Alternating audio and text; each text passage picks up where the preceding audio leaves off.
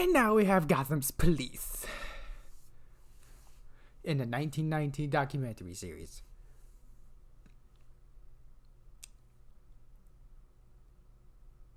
The stuff that I already know with the GCPD, I really don't know where they're gonna go with this or how they're gonna make it interesting or tie into the time period just for the sake of it.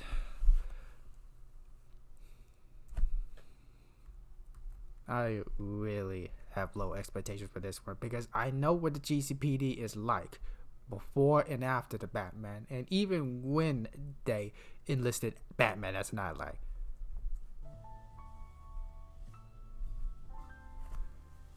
Okay.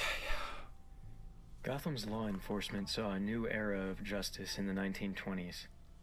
When J. Edgar Hoover became the leader of the Bureau of Investigation, or as it would later be known, the FBI, he began to wage war on the American criminal underworld. His career saw the arrests of John Dillinger, Babyface Nelson, and many others, but he could never pin down the criminals in Gotham City. His obsession with Gotham and the Batman put a lot of pressure on Gotham City Police Department. The BOI's case file on the Batman always seemed to be empty, mocking them with its minuscule information. Many in the organization believed the vigilante had government backing of some kind, but nothing was ever proven. Gotham was unique. Many of its criminals achieved celebrity status among Gotham's citizens. In addition, William Randolph Hearst's news empire ran daily coverage on violent crime in America, shocking and titillating many listeners. A fair share of Gotham's criminals were dubbed supervillains and became household names. The Batman's battles with his rogues gallery made them seem almost like the highly popular radio plays of the time.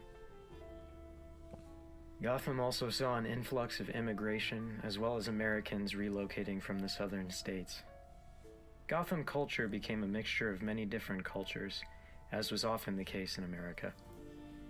This sudden influx caused numerous problems for the GCPD, such as understaffing issues and rampant petty crimes going unpunished. It also gave rise to many white nationalist secret societies in Gotham. Well before the Bat appeared in Gotham, a young rookie joined the Gotham City Police Department. Jim Gordon? The youngest child of Irish immigrants, James Gordon was the only one of his brothers to survive the Great War.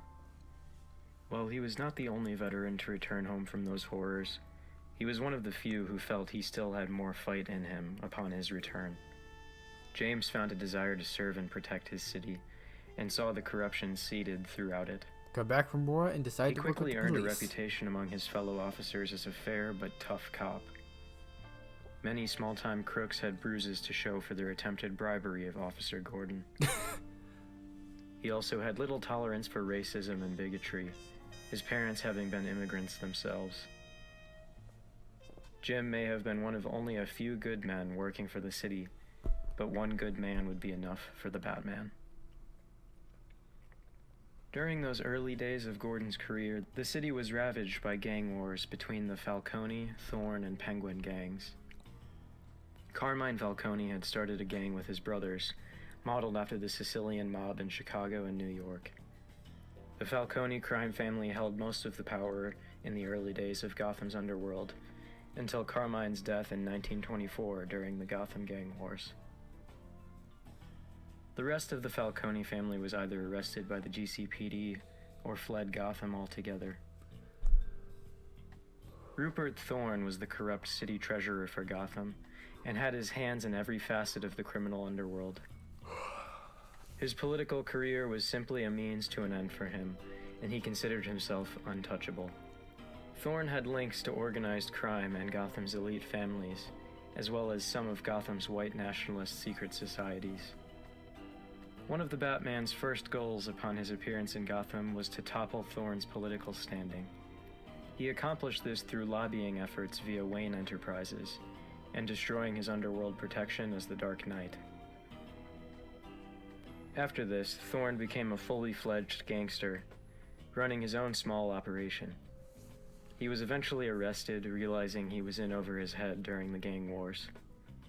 the disgraced politician and mobster eventually turned himself in to the Batman and the GCPD. The Penguin was a constant pain to the GCPD. He had an alibi for every accusation and the money to hire lawyers for every case. Cobblepot was new blood in Gotham's gang scene and the victor in the Gotham gang wars. His readiness to adapt to the change present in Gotham was what solidified his standing there. What else is new?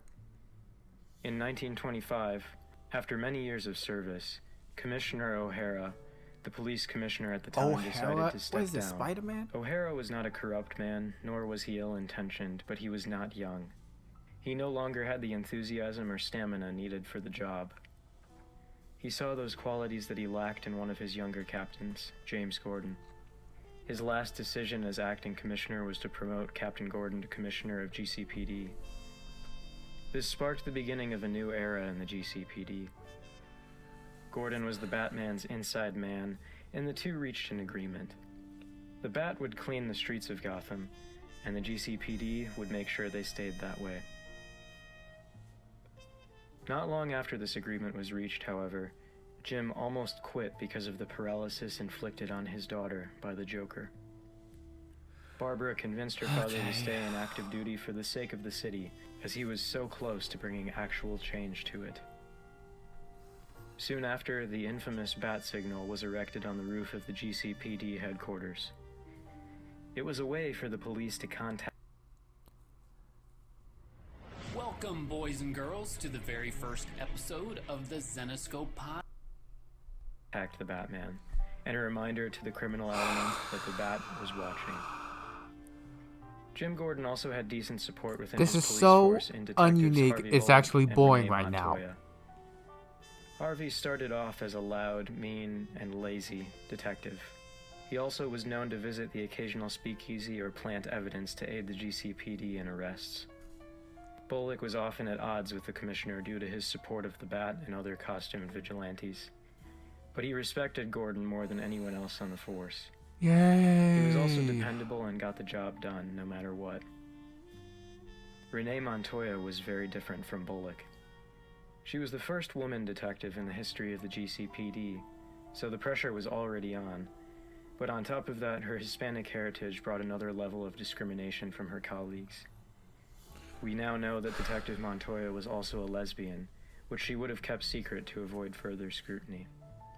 She would have felt pressured from every side to give up her badge, but her courage and resilience kept her there. When Montoya was partnered with Bullock by Commissioner Gordon, Harvey was furious. Jim had little patience for Harvey's casual racism, which is why he paired the two, although unfairly to Montoya. Detective Bullock's mentality changed drastically during his time with her. For the little patience Harvey had for Renee, she had even less for him. Every bit of pushback he gave her was met by equal force. She challenged him on his corrupt and racist tendencies whenever she got the chance. The two of them eventually gained respect for each other, and Harvey changed. They had each other's backs, and the two of them were an unstoppable team. Just the freaking racist immigrants and lesbian and women shit. So did something else. I'm getting pretty sick of it. There's only so much that they can use for this time period to make it interesting. The Sionis family gained their fortune from cosmetics and their chain There's of nothing unique drugstores. other than the racism Roman's and the women's father, race Charles, shit, was the figurehead for which the is company. getting old. Roman grew up in the same social circles as... I'm sorry, but the GCPD's only thing it's going for is the racism and rivalry between Renee and Harvey. And even then, that shit is just getting really old really fast. It contributes to the time period, but there's only so much you can do to make it more interesting. Bruce Wayne, but Roman always resented Bruce and the seemingly perfect family dynamics of the Waynes. Roman's parents discouraged emotion and love, choosing their fortune and social status over them. Charles Sionis had a grudge with the Waynes as well. They had refused to join the FFS, an organization joined by Charles with ugly roots. In Gotham's early years, some of the city's elite families branded together, forming the False Face Society, a white nationalist organization with connection to the KKK. Fucking They were not the Christ. only one of these groups, but they were one of the most prominent ones. The members of the FFS wore masks not only to conceal their true identities, but also to represent their true selves. Their philosophy was that the masks they wore were symbolic of the masks common citizens wear in society, hiding their true selves beneath false smiles and niceties. By the time Charles had joined, however, their numbers and finances were dwindling.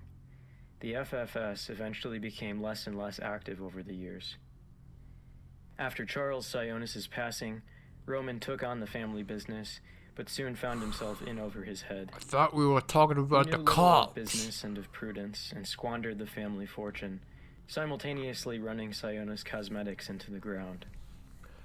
With little left to his name, he turned to the group that had welcomed his father with open arms. The False Face Society welcomed him too, and his youth and ambition eventually brought him to the top of the chain of leadership. By 1925, white nationalist organizations were growing around the country. Roman saw groups like the KKK gain 6 million new members with their second wave, as well as splinter groups form, such as the Black Legion. He saw an opportunity to wield real power for once by manipulating the fear, paranoia, and bigotry of his followers in the FFS. He claimed that the Jewish and black population in Gotham would overtake white citizens and try to take control of the country. Donning a new mask, one that resembled a skull, he took the name Black Mask, feared leader of the False Face Society. The Black Mask. Black Mask's followers began numerous strikes against Jewish and black Why isn't this a separate video thing? This is a GCPD. How is this related to the cops? citizens. Wayne Enterprises was also attacked. Black Mask specifically targeted Wayne Enterprises because of the fact that Lucius Fox, a black man, secretly ran the company. It was a secret because of the racial tension in America at the time, although it eventually became public after these events. The Wayne family would have been considered progressive by the standards of their day for hiring Lucius, although his importance was still kept hidden from the public eye. Bruce Wayne left the day-to-day leadership of the company to Lucius because of his sharp mind and business skills.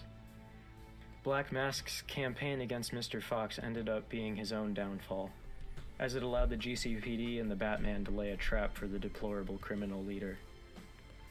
Over time, and after losing numerous members due to arrests, shootouts, and other various circumstances, the False Face Society's resources again began to dwindle.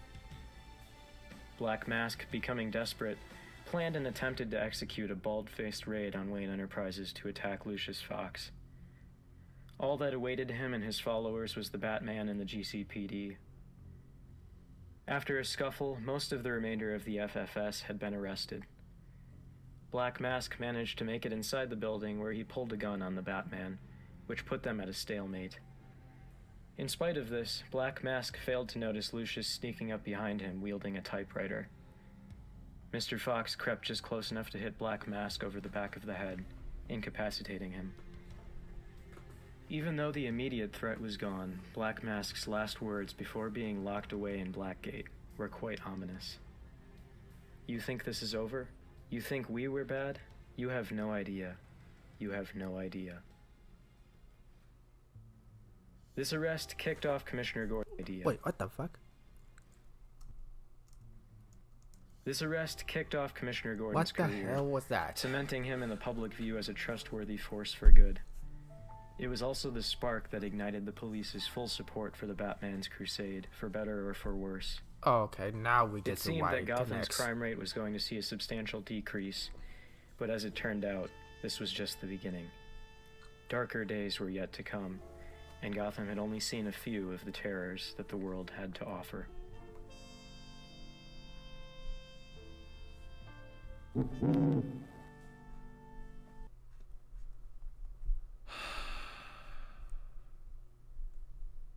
Woo-hoo!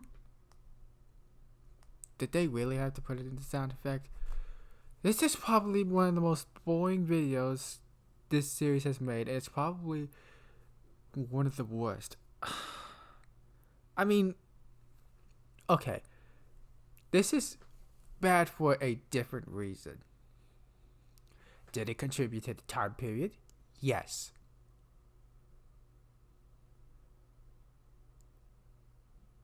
But the bigotry, the racism, the women's having no rights back in the day,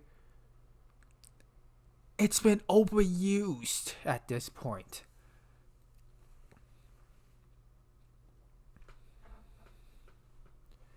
It's starting to get old. Racism is pretty much the topic of this video with the GCPD.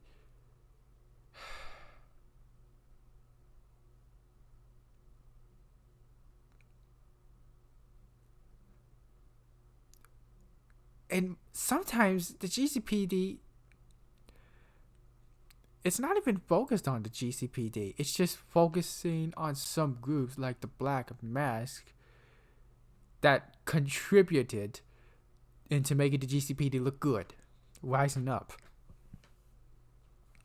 I swear, the Black Mask should have been his own separate video. I don't know why he was in this video. It's just boring to watch. I am so sorry, but it just doesn't work. It's just bad for a different reason. Previous videos were bad because it's just the same retelling, and there's not much, if at all, that contributes to the time period it's set in, and it's different just for the sake of being different. But how did it contribute? Here, it does contribute, but it's overused. There's only so much you can do. There's only so many ways you can do to make it interesting.